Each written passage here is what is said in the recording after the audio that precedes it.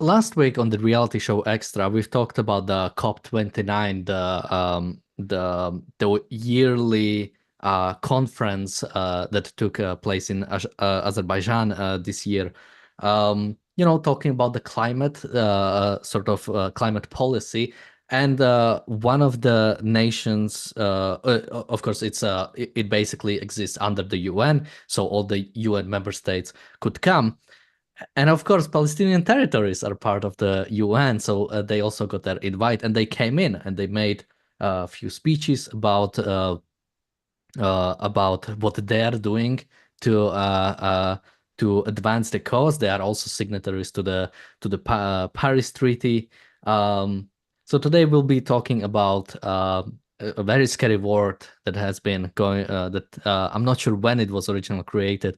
I found old articles going a year back, but it's called an ecocide. Basically, Israel is committing an ecological genocide on the Palestinians through their war effort. Joining me today is Marco, Richard, and Alejandro, who we haven't. Well, no, actually, we've seen you just a bit ago, but we haven't seen him on the reality show in some time. So let me go to Alejandro first. What did you think about the article? We'll be going mainly through the Guardian article by Darna Noor, "Protect the Climate for Whom? Palestinians Highlight Gaza at COP29." You'll find that in the description. Alejandro? I think there are several things that could be said here, and I think we will touch them as we go forward. But I think there are two main points that I want to make in the show. One, that this obeys somewhat to the fragmentation on the left. Um, the left is a myriad of different claims on different circumstances. And one of the things that you have seen or that you haven't seen quoted over the past 2 or 3 years, especially after the Russian invasion of Ukraine, is climate activists being as loud as they used to be. And I think this is a very ad hoc way by which to include them into the rhetoric. Like not that long ago, Greta Thunberg wasn't claiming that the climate was the main issue, but rather the Israel war. And I think this is a way to say, hey, climate activists, you can also join to the wagon and fight in favor of Palestine. So bring it over. And I think another thing that I think will be brought up in the discussion is about standards. We have claimed in the past that any people who says, hey, we respect the rights of Israel to defend itself, but it's usually accompanied by a but that makes that claim impossible. Now, this is one of those claims. And I think we will touch a bit more about it. But another relationship to standards is how they mix the issue of living environment to environment as such. And I think this is a major issue in both articles that we're going to discuss here, but also a major issue in the whole environmental movement as such. Yeah, I mean, my general impression from the article is, for some time I've been trying to looking to get into airsoft. For those who don't know, it's basically sort of it's basically like sort of guns, but basically like plastic bullets or something like that. And if you're playing that outside, what you usually get are environmentally friendly bullets. You basically get bio bullets, biodegradable bullets, which I think are a good thing. If you are doing that side, just get those bullets. They are the same price, and you're not destroying someone else's property by just having a bunch of plastic bullets all over the place. But that's sort of like a thing I've been getting from it. Like, what is the actual purpose of this? Is it to have some sort of in every bullet have like a little seed, so when you get shot, like a tree can grow out of it. Like it is truly ridiculous to look at war again.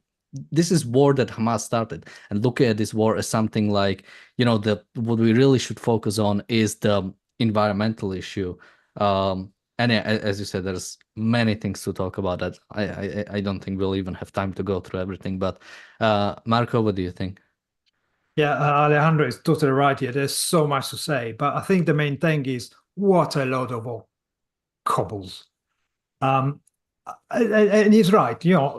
Just look at Greta's evolution in a thinking or lack of thereof, going from the environmentalism to the anti-capitalism to the anti-Israel stance, to the pro-Hamas stance, effectively, and that betrays this focus on climate change, which is the favorite religion of the lefties, actually betrays this unholy alliance between the Islamists and the left. The left is using their entrenched anti-Semitism to support the Islamists, and the Islamists take advantage of the left, whatever they're pushing, in order to push their genocidal ideology.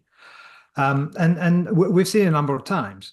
But also reading this article, which is it's the Guardian, so you would expect that. But the kind of tone that they use, the kind of anti-Israel, the hate that it comes from these people is just, it never ceases to stagger me. Every time we talk about an article in the Guardian, I'm still shocked or anti-Semitic and full of bile these people are. But anyway, during the article itself, they actually make a couple of very interesting admissions without even realizing that they're saying it. And we're going to talk about it, but this whole thing is just a bloody farce, really, bloody farce. And so this article is about Gaza being, quote, inextricably linked to tackling the climate crisis. Now, the Guardian thinks everything is inextricably linked to tackling the climate crisis. It would use it every second sentence if it could. Ending the climate crisis goes in the same column as ending other bad things like the rich or England or free speech, say. All the enemies that the Guardian has, the climate change is in there with them. Just to make a couple of points up front, I can refer to any notes for any previous episode that we've done. But for example, things like Czech's notes, war is bad, don't start one. That would pretty much cover a big chunk of what we're going to say in this episode. In terms of this article, it's looking at the environment as being one of the bad outcomes of war. Well, don't start one then.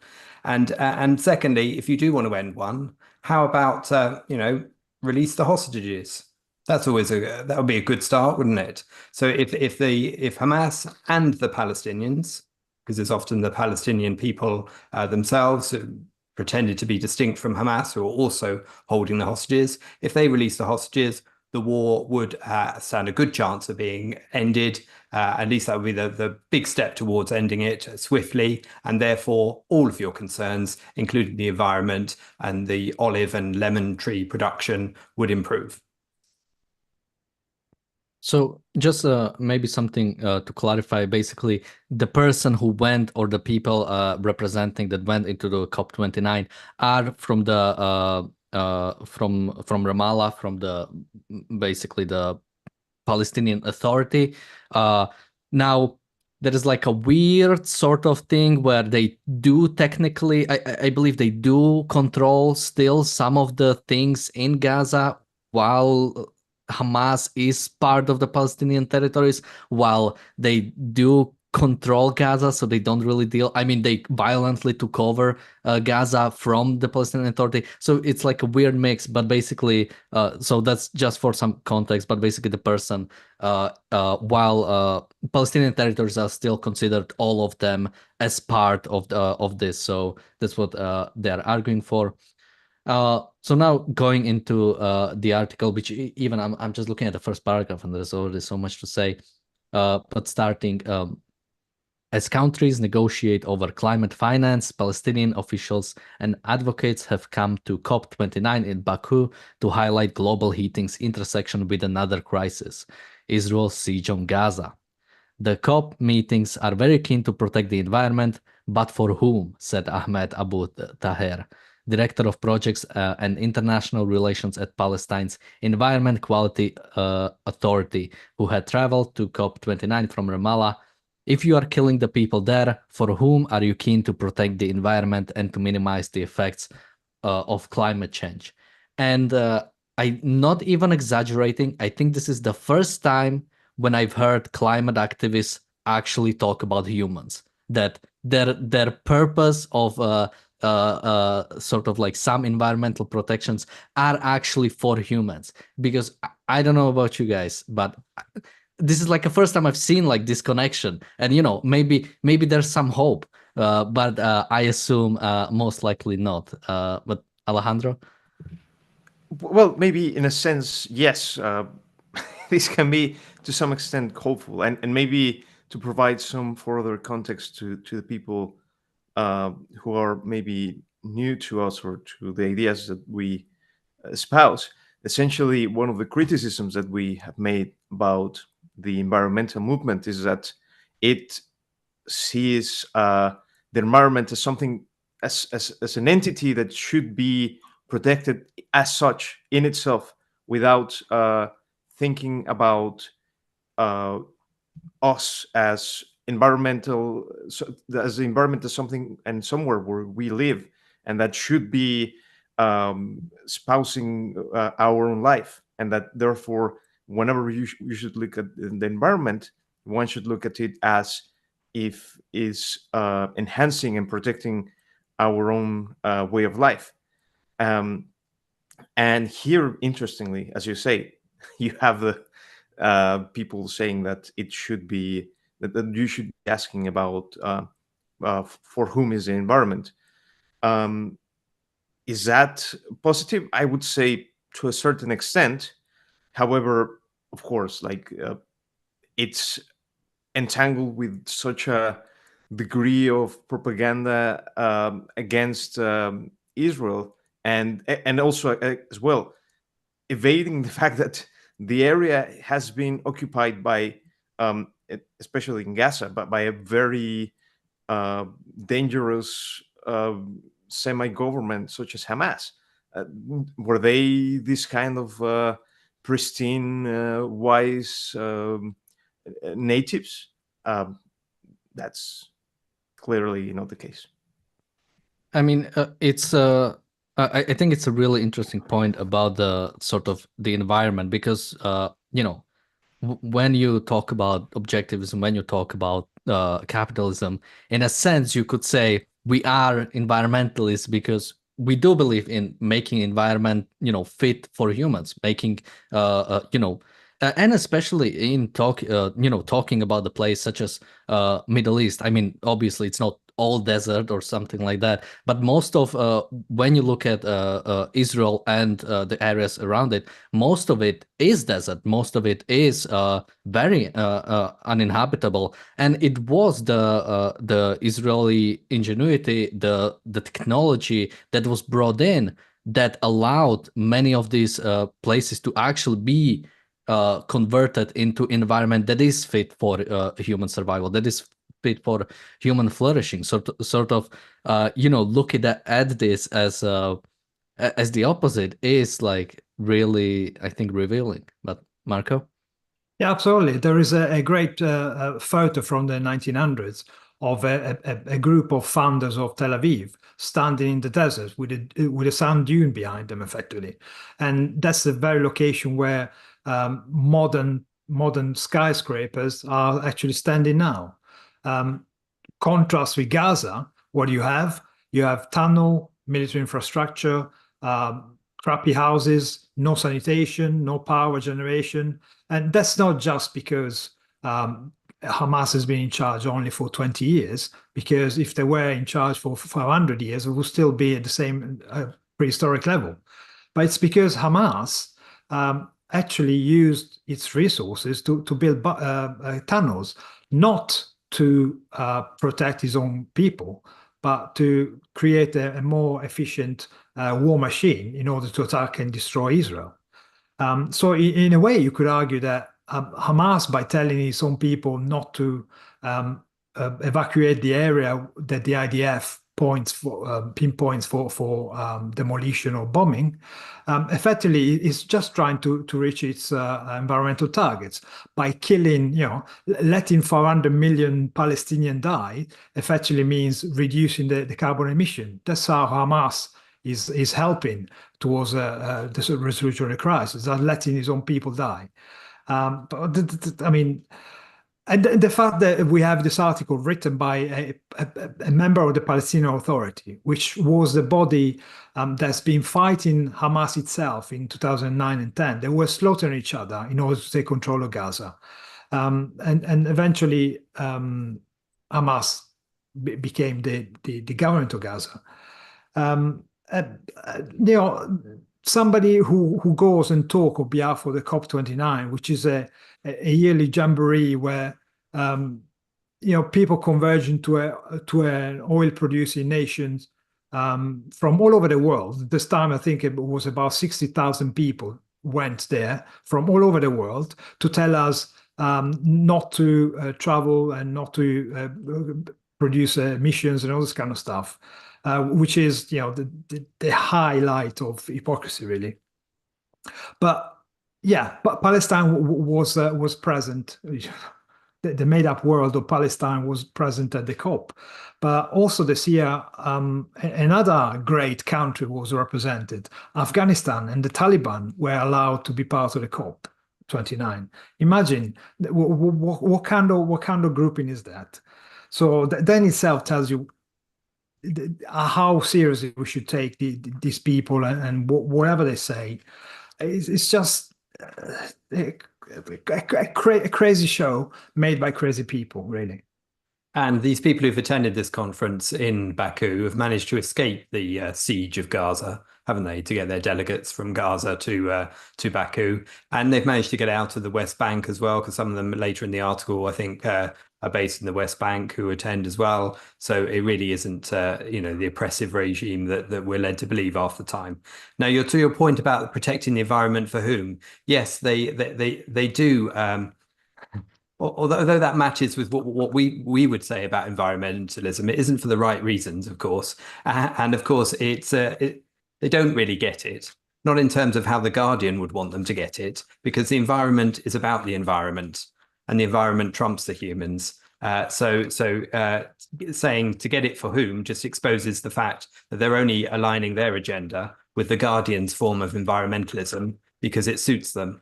And it suits them primarily, as we'll get on to, because of the availability of cash for the environment fight. Yeah, I mean, talking about Taliban coming into COP29, I mean, color me surprised that terrorists and environmentalists are finding a common ground. I mean, really don't tell them about Ted Kaczynski, because, they'll have a new hero right after that. For those who don't know, he was pretty much as close as you could get to eco-terrorist, basically someone believing in sort of the environment so much that views any civilization, pretty much any civilization, any sort of carbon emission, any sort of energy production as inherently evil, and therefore acting against it. And again, it's going more into the article, and I think I'll be jumping a little bit, but sort of going to this new term they came up with. Some advocates have called the crisis in Gaza an ecocide, saying the war has made its ecosystems unlivable. What's going on in Gaza is completely killing all the elements of life, said Abir Boutmeh, a coordinator of the Palestinian NGOs Network and Friends of the Earth Palestine, who had traveled to COP29 from the West Bank.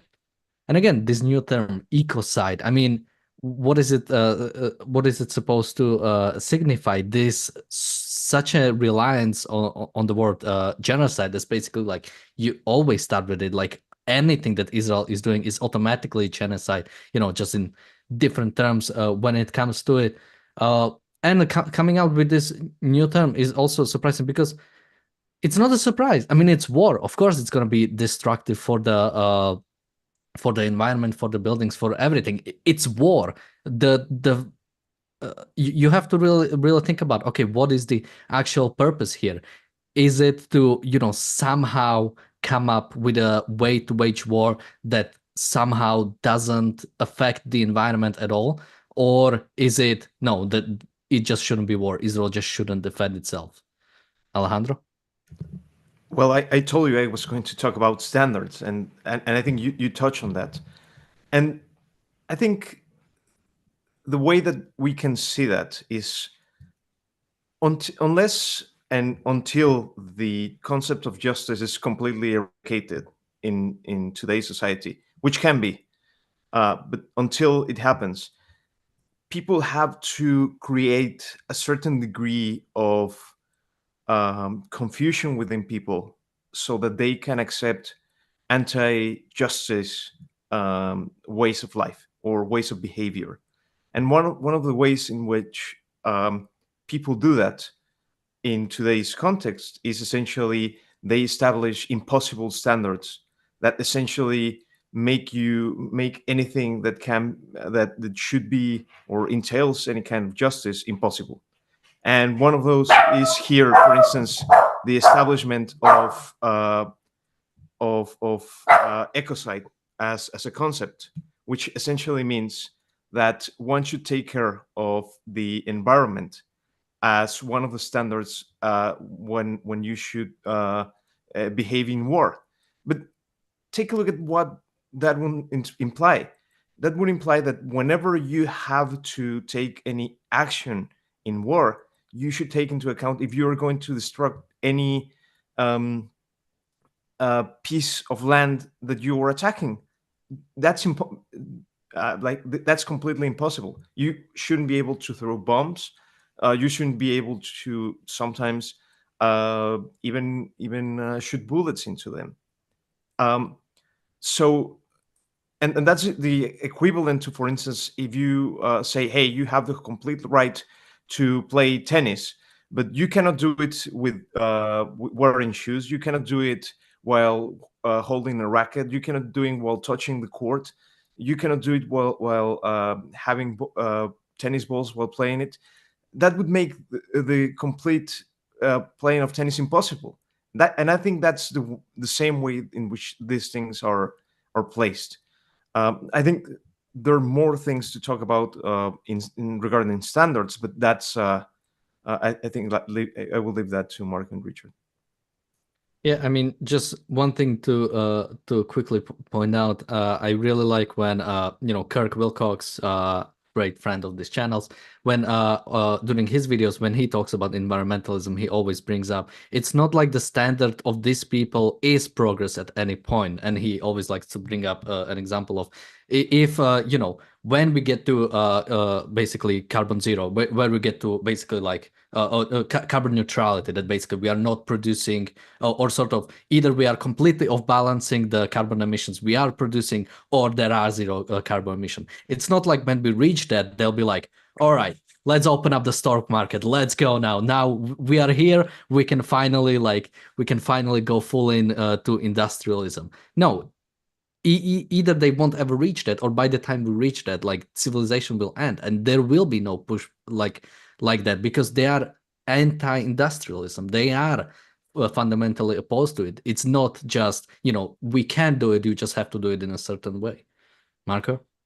Yeah, totally agree with Alejandro here. The con here is that they are trying to push net zero, not absolute zero, just to give themselves enough headroom to push us forward and forward and forward towards the kind of primitive world they want us to live, i.e. in caves, where only the elite have access to flights to COP 2005 or whatever it's going to be, and where the rest of us are just waiting for our betters to tell us how to live.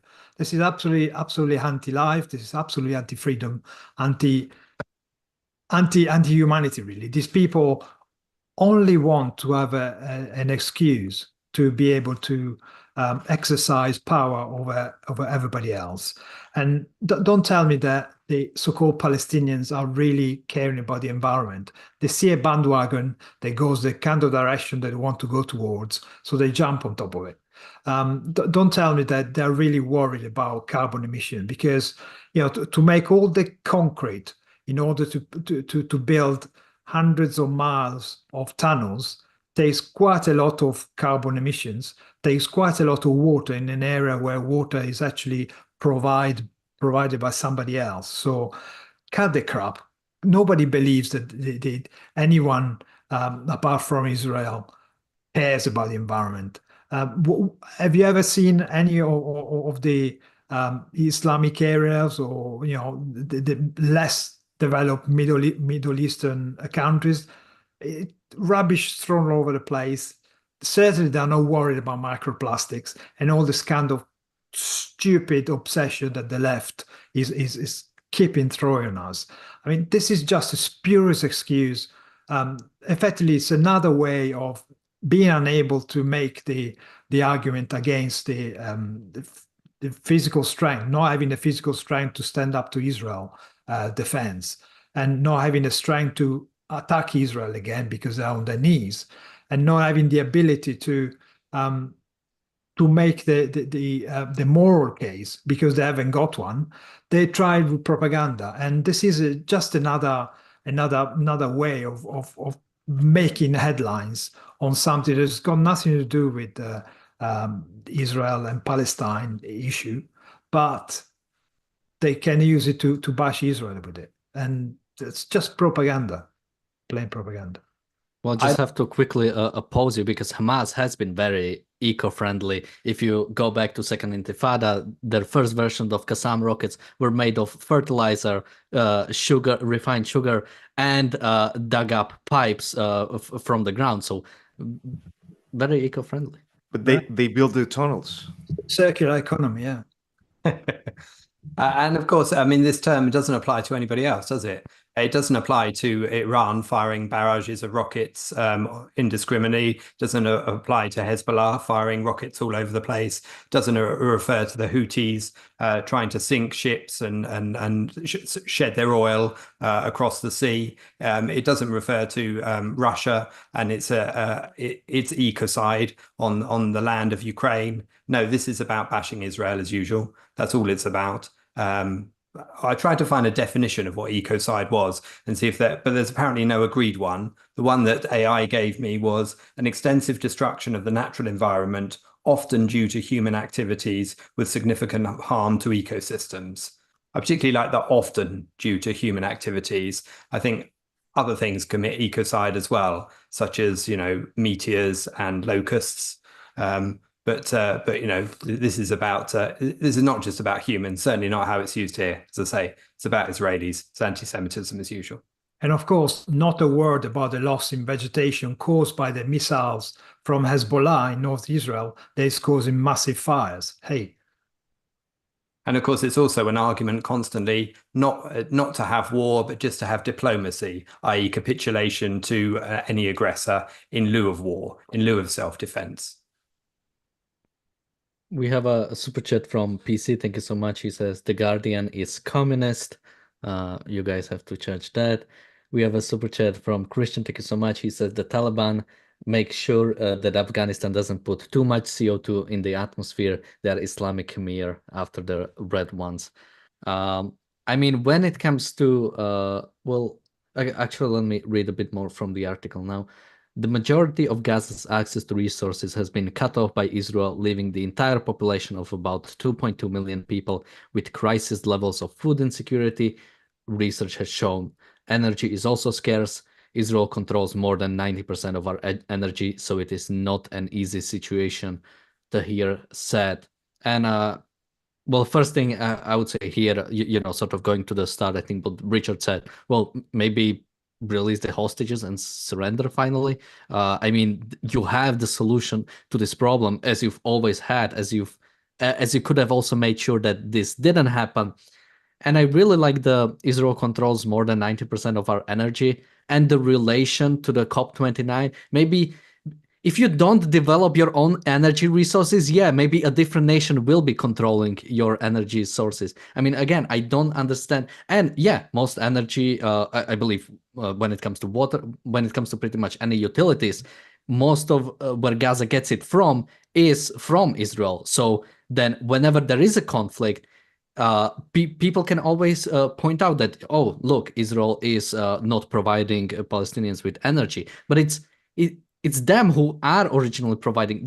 It's like such a vicious cycle, because you can, even if you went back and let's say Israel completely cut off Gaza from everything and said, hey, we do not want to control your energy, so we're cutting you off, there's obviously gonna be something against that. But yeah, I mean, it's ridiculous. And again, here is how the COP29 plays in. I mean, how are they, according to that, they'll never develop their own energy if they are supposed to abide by the standards of those treaties. Alejandro? Well, definitely. And I think to the environmental standards, despite the tunnels that Hamas built, I think still Palestine is more environmentally friendly than Israel, and that is because they pollute less, they impact less nature, because they don't produce anything, almost anything at all. I think one way in which you could improve things is, as you said, leave them on their own, let them produce their own energy, let them have solar energized rockets. Let's see how far they get. And you should as well let them have maybe solar panels, and let's leave Israel out of the equation in regards to their energy security. I think everyone would have a win-win. Israel without having to provide energy to their enemies, and as well they won't be able to have energy on their own, so they will be limited in their capacity to screw with people. Marco? Yeah, for the last 14 months, they've been bitching about the fact that Israel is cut off energy supply, water supply, all this kind of stuff. Well, first of all, the reason why you haven't got your own energy and your own water is because, as I mentioned earlier on, you were using your resources to build a war machine and not to look after your own people. That's the first thing. And second, personally, if I were Israel, I wouldn't send through a single kilowatt of energy, a single liter of water. It's up to them to, as we mentioned, surrender, and then we can talk about that. But the point is also that if Israel is providing the energy now, why are you then arguing for Israel not to be able to produce energy? Because how are you going to get it? By magic? If right now you're dependent on Israel, so you probably want to push Israel to produce more energy, so you get more energy. Even the argument doesn't even stand up. Why? Because they don't give a crap about the environment. They just care about making the point that Israel is the bad guys. They are controlling the energy that goes in. It's like, well, again, don't make war. And well, just to restate the point in a different form, we're always being told about the environmentalists are telling you how to use your energy, and that you should be careful of how you use it. You should flush the toilet less. You should use your aircon less, and that kind of thing. But of course, look at what they've got. 90% of their energy allegedly comes from Israel. But what have they been using it for? They've been using it to power equipment for tunneling, using it to create the infrastructure. What are their rockets powered by? Are they powered by love? When they fire them into Israel? No, they're powered by energy in some form or another. And of course, what is their military infrastructure powered by? Humanitarianism? Well, in a sense, yes, it is, because of the humanitarianism of the rest of the world funneling money there, which is then used for those military purposes. But the point remains, it just doesn't stack up, does it? It's ludicrous.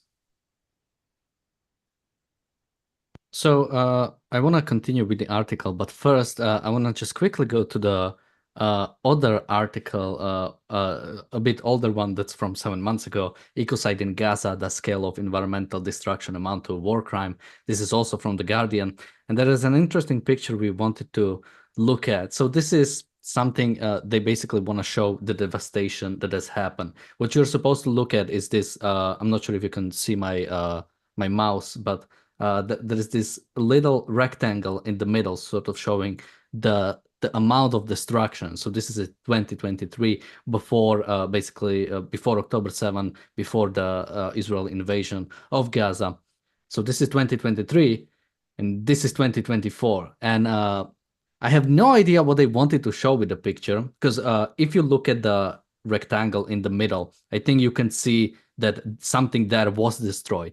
But this looks so much more greener than the other part, that I'm simply struggling to see what was the purpose of showing this picture. And it sort of just goes to show sort of the state of the affairs in Guardian, because you know, like it's not that hard to like produce propaganda. So I'm not sure what's like really going on there. But it's focus on look at this specific and miss the big picture. That kind of sums up the Guardian all the time, doesn't it? And how they miss the principle for focusing on one particular aspect of one particular example of something. Yeah, I mean, the caption for that picture should be "Life finds a way," isn't it? Because despite the war, it's getting greener. But the point is that when Gaza was handed over by Israel, they had greenhouses, they had all sorts of infrastructure, which they destroyed because they didn't want to have Jewish stuff in their genocidal state. So now they're bitching about that. So continuing with the article, this is a quote: "By cutting off food, cutting off energy, cutting off water, that means the killing of all people in Gaza," Whitmer said. So this is sort of the connection to the ecocide, basically. By restricting energy, by restricting food, you are committing the genocide against those people, which is, I guess, what is sort of now alleged against Netanyahu, basically, that he's using starvation as a method of war.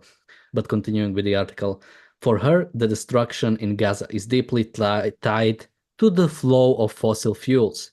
She and others have been calling for a fuel embargo on Israel. It is a demand that has featured heavily in protests and press conferences throughout the halls of COP29.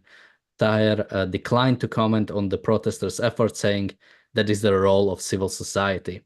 A Palestinian organizer and PhD student who asked to remain anonymous told The Guardian, "We have three main demands: for countries to stop selling energy to Israel, for countries to stop purchasing gas from Israel, and for companies to withdraw from participation in the extraction of gas from illegally occupied Palestinian waters." And again, now when I read that, I'm sort of now struggling between you know, like, what is the genesis of this? Is it well, I think the super genesis is the hatred of civilization, but sort of after that, what is the closer? Is it they want to support anti-Israel efforts, they want to support the pro-Palestinian efforts, and are just finding any excuse to do it? Or these are just environmentalists who are just looking for any reason to stop the flow of fossil fuels, and, you know, Gaza is now a good excuse to basically advocate for this. Because yeah, we haven't, although maybe we have seen some against Russia, but again, any protests against Russia don't matter because no one cares. It's only the civil societies, as Dave said, they actually cared about the sort of the demands of the protesters. Alejandro? Well, I think if you push me, I would say that this is mostly a way in which they're saying, "Hey, you're the environmentalist left. I'm part of the pro-Palestinian left. We can join forces." So it's not a different fight. It's the same fight. We should all join together. It's the same fight. At the same time, I think I agree. It's disjointed. It isn't a real and clear case. And I think there's something conspiranoical over there. And I mean conspiranoical on the side of the person you were quoting.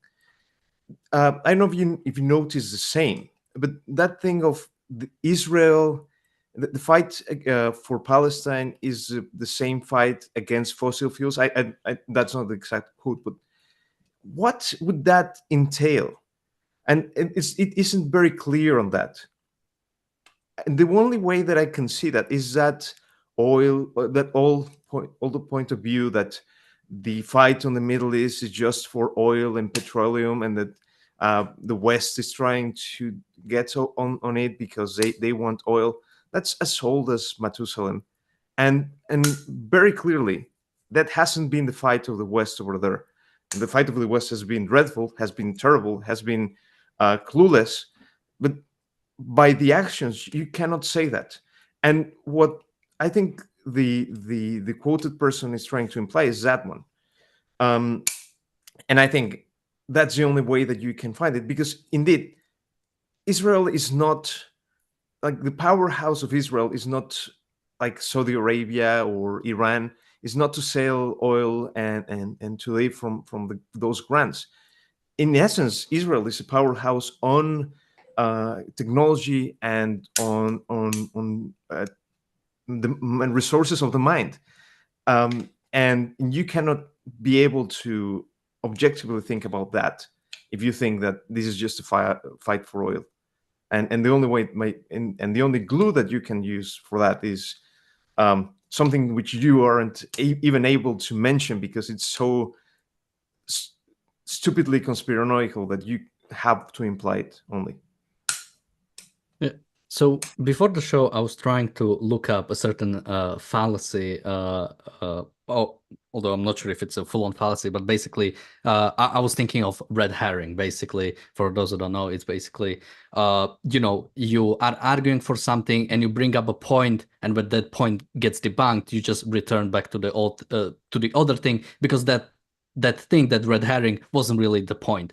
So similar to this one, it's sort of, they're arguing for embargo on Israel when it comes to fossil fuels, because of the ecocide against Gaza.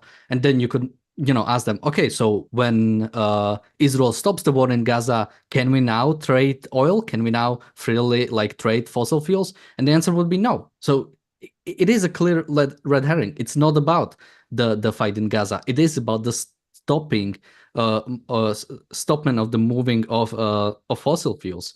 And also an interesting point, when I was looking up the red herring, because I couldn't remember what the name of it is, I asked ChatGPT, and it gave me two potentials. It could be either a straw man or a red herring. And as examples for both, it used an environmentally charged basically points, which I think was very fitting. Marco? To me, that actually this article strikes me like I don't know, a sort of festival of non sequiturs, really, because effectively saying all the time, we invaded Israel, we butchered over 1,000 people, we're still holding some of the 250 hostages, and let's look after the environment. Well, it's clearly, as Alejandro pointed out, just a rally of the Islamists towards the leftists. They're just saying, come on, guys, we're the same fight. Look us, we're more interested in destroying and killing, getting rid of every single Jews on the planet. But at this environment, look at us, we care about your causes. We care about your made up targets and vision of a world where we're gonna all live together in caves. So part of this is effectively what the left is doing towards terraforming our Western culture to be more appeasing to Islamic and Muslim society, if you like.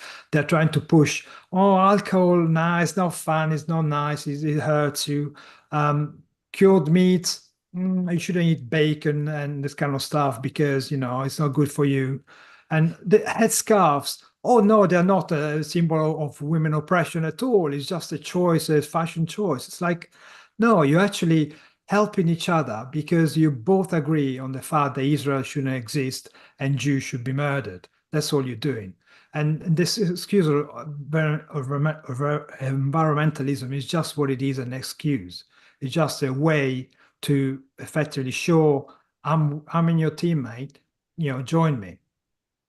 I think what this particular Guardian article does, as most Guardian articles do in many ways, is contradict other Guardian articles, even by their own stupid standards. I mean, for example, this one refers to the 2.2 million Gazans, allegedly. That seems to have gone up by 200,000 since I last read the number, which is an odd direction to be going when other Guardian articles are talking about famine and the hundreds of thousands killed by Israel in the course of this war. Also, they talk about the food security here. Well, other Guardian articles refer to food security, but the problem with food security is apparently a UK problem. Other Guardian headlines include post-Brexit border checks are putting food safety at risk and our food security at risk.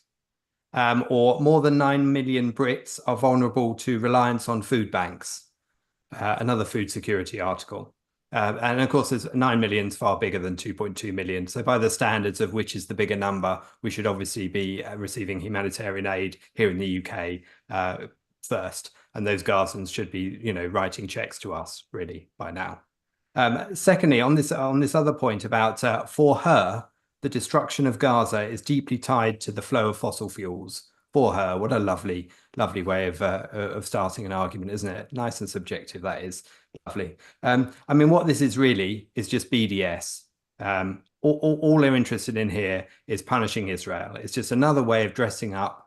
We must boycott, divest, and sanction Israel wherever we can. We must punish Israel for its success, for being what it is, for being Jewish, for existing in the first place. And if we can crush them economically, we will. And of course, as you guys have already covered in many ways, they're also not going to be calling for all of the Arab countries that make money from fossil fuels to be desisting from the evil practice forthwith, because obviously they're not Jewish. Yeah, just the idea of food security, and it really shows the importance of using the words properly and using the words in their meaning. Because, when you say Gaza has been on the brink of starvation for a year now, it makes no sense. And, for a long time, I had this one point, and I didn't want to make it because I don't want to give any validity to these arguments. But and here is why it's also problematic. Like, you could have a problem with like food security while not being outright starvation. It's when you are lacking, when like a certain region or certain part, because of the war conflict, is not necessarily lacking like enough calories or enough food, but is lacking certain types of foods to basically get like a fully balanced diet. But no one is making that case, which is like something you could, I think you could reasonably make about Gaza. But no one is making that case. It's always about the most extreme thing. And yeah, when you start making that, when you start using, and again, here, ecocide, it's everything the worst thing possible. When you start doing that, the words have no meaning. Once you start doing that, basically everything is the most extreme thing ever. Everything is the end of the world. Everything is the end of the Palestinians.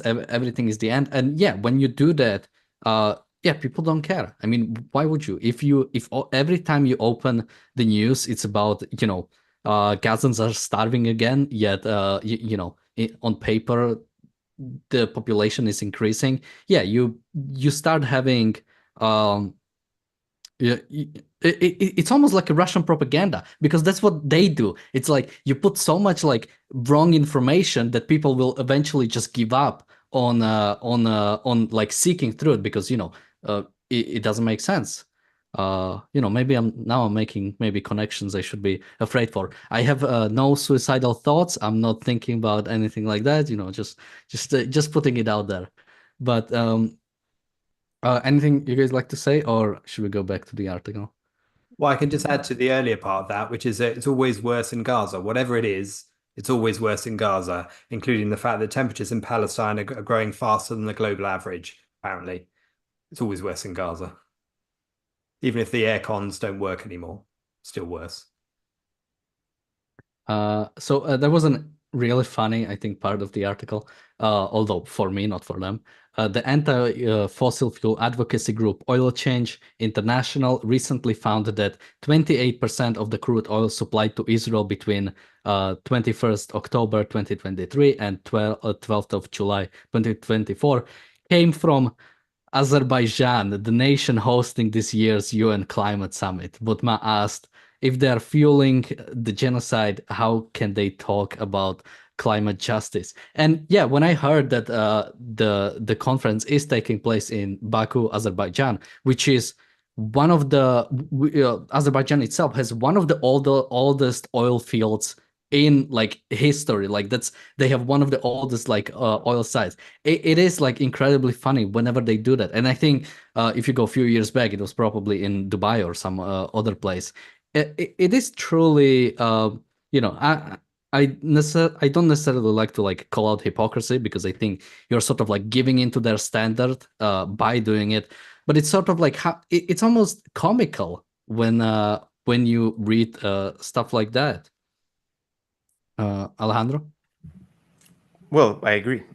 Although at the same time, I think it's more dangerous for the people who accept there is a sin over there than the people who think it's a sin and still go. Whenever you give in on such kind of principles, it's just a matter of time for you to accept them. So, yeah, I see the contradiction there, but I think it's actually against countries like Azerbaijan and Dubai more than the people who organize COP. Marco? Yeah, and also I particularly like the fact that both this year Azerbaijan and last year UAE actually they were trying to push through deals with some of the nations that took part. And so they should. You know, they produce the kind of stuff which keeps our civilization going, keeps literally our lights on. So what the hell? Please do. Please produce more. Yeah, but I mean, climate justice really. If everybody ever tells me climate justice, I just assume you're an imbecile. I'm sorry, you're an idiot. What kind of cobbling word randomly? I mean, justice is something that has got to do with human actions. Climate, you know, it's a natural event. What does it mean, climate justice? It's got nothing to do with anything at all. It's just, you know, it's a stupid putting together words like the ecocide business. But you know, luckily we haven't got time to finish the whole article. But there's a particular bit that really gets to me. The woman says, "We are calling for debilitating them, the Jews, the way they are debilitating our society." So okay, so you want to do to them what they're doing to you. All right. For the last year, you've been arguing about the fact that they're genociding you.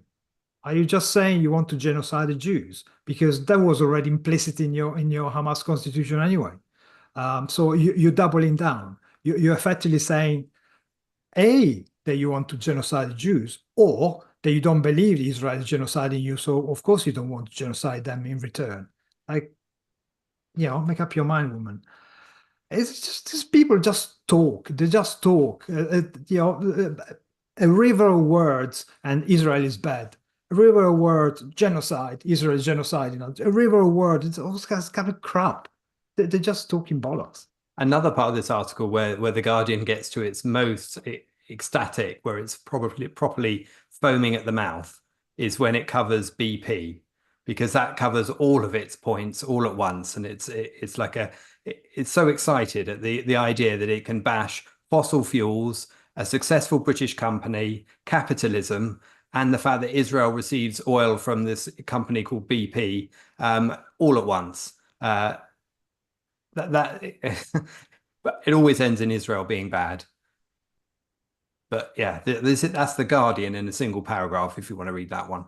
Yeah, this was the cherry on top, because yeah, it's also a British company. So if they can have a pop at Britain as well, the imperialist evil Britain, they're just, you know, the day is done.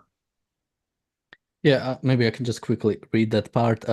It's right after the Azerbaijan part. A particular target for the activists is the energy firm BP, the main operator and largest shareholder of the BTC pipeline, which I think is Baku-Tbilisi Ceyhan pipeline. So that's basically Georgia, Azerbaijan, and I think then you go like south. The BTC's minority partners include Total Energies and ExxonMobil. The company also produces some of the Caspian Sea crude oil delivered by the pipeline to Israel, together with an Azerbaijani national oil company.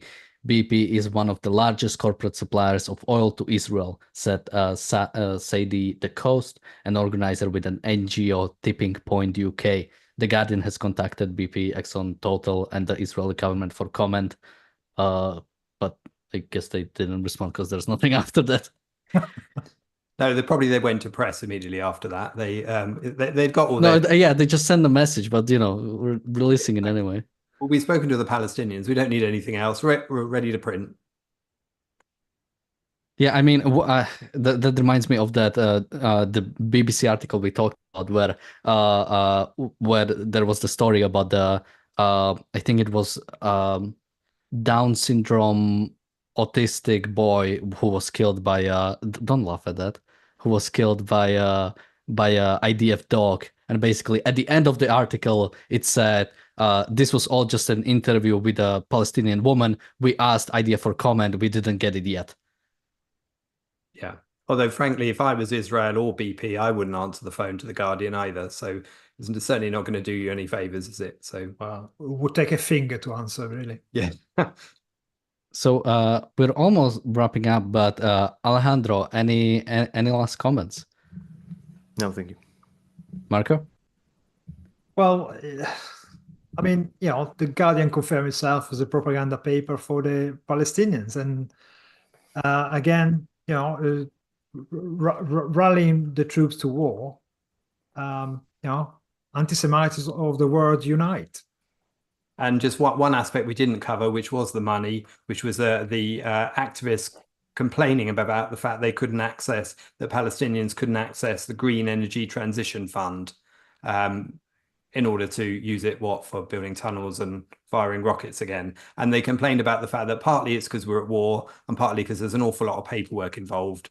And there's never so much paperwork involved when you're dealing with the UN. You just get the funds transferred instantly into your Hezbollah or Hamas account and you're ready to go. And also, don't you need an energy sector to be able to transition? Absolutely. But with that, let me also ask Alejandro, where can people find you? I think you can find a bit more about me in the Ayn Rand's essays that we did, that James Valiant and I did in the course of a couple of years. You can find them in the channel. If you're interested into Ayn Rand's philosophy, want you to chew the essays that she wrote, that's a tremendous source. And also you had recently an article on our Substack, so people can also find that in the description. I have 3. Marco and Richard? You can check us out, or some of the clips we've made from the news on this channel, from the commentary on this channel, with added visuals in a brief form on the Briefly Objective, which is the sister channel to this. Description below will show you the link, and we're getting closer towards a milestone in terms of number of subscribers that we would like to hit. If you're not yet subscribed, please help us get there. And you can find me on my YouTube channel, Damned Dan. As I've said, all the links are going to be in the description. With that, we'll see you tomorrow with another episode of the... I should mention, there are talks about Hezbollah ceasefire basically being accepted. We were thinking about doing that episode today, but I didn't hear a confirmation from Israel, so that will most likely be tomorrow's topic. So just that. We'll see you tomorrow with another episode of The Daily Objective and Reality Show. Bye-bye. Bye.